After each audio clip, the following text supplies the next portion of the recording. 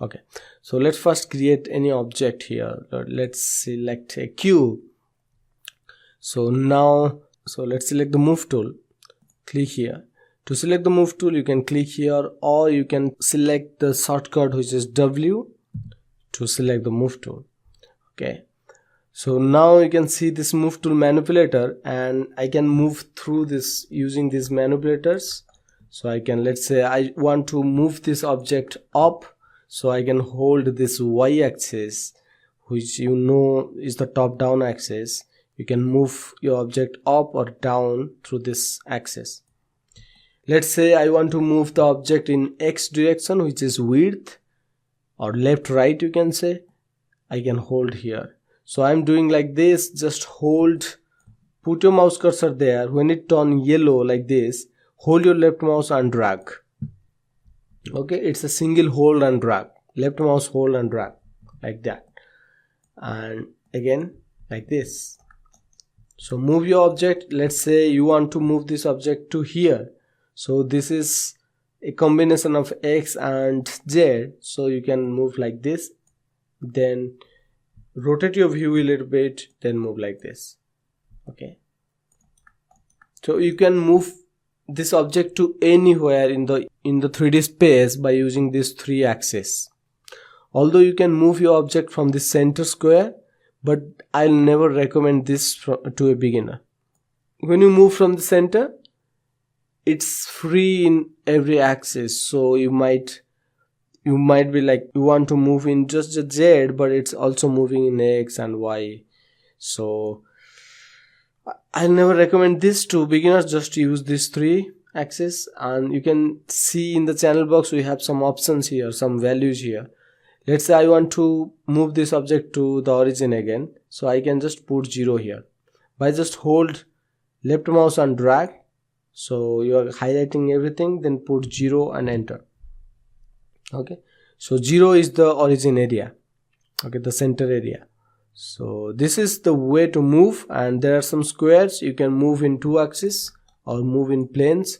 So let's say I just want to move here, which is the X and Z, so I can move like this 2 times, or I can use this axis, this plane which shows this 2 axes. I can bring there, and you can see the X and Z is changing.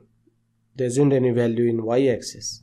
But if I do the same thing from the center, you can see I'm also moving in Y axis. You can see I have some minus Y value there, so it's way there. So this is the reason I always say no to move from this center. So always move from this thing, or you can move from this as well. So let's see the rotate tool. So the rotate tool is this one, and the shortcut is E. So this is the rotate manipulator, and you can rotate your object through these lines.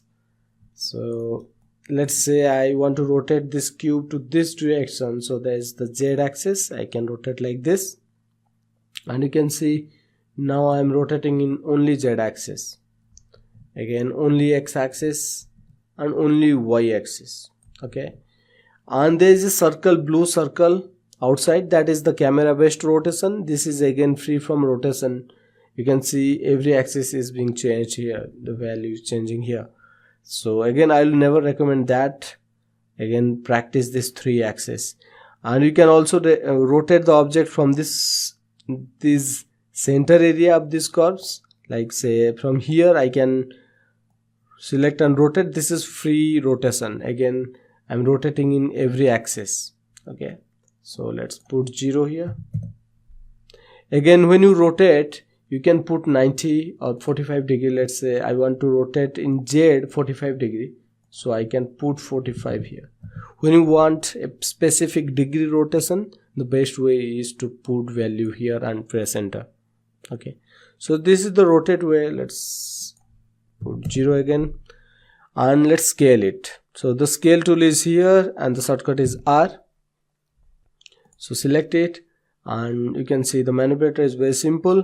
You can scale the object in Y axis. This is the up down. Scaling means basically stretch your object. You are stretching the object. Let's say, let's take a sphere, and when you scale it in Y, it's basically stretching the object in Y direction, in up down direction.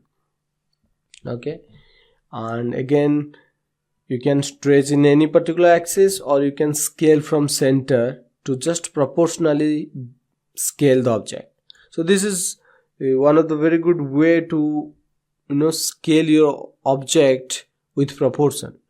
Most of the time you just want the object to be a little bigger or a little bit smaller with the same proportion, so you can use this to scale the object. Okay, and again there are some plane scale, so 2-axis scale. You can see it's being highlighted, these 2 axes. So this is my scale tool. Again, don't put 0 here. When you put 0 to scale, 0 means basically it doesn't have any size to it.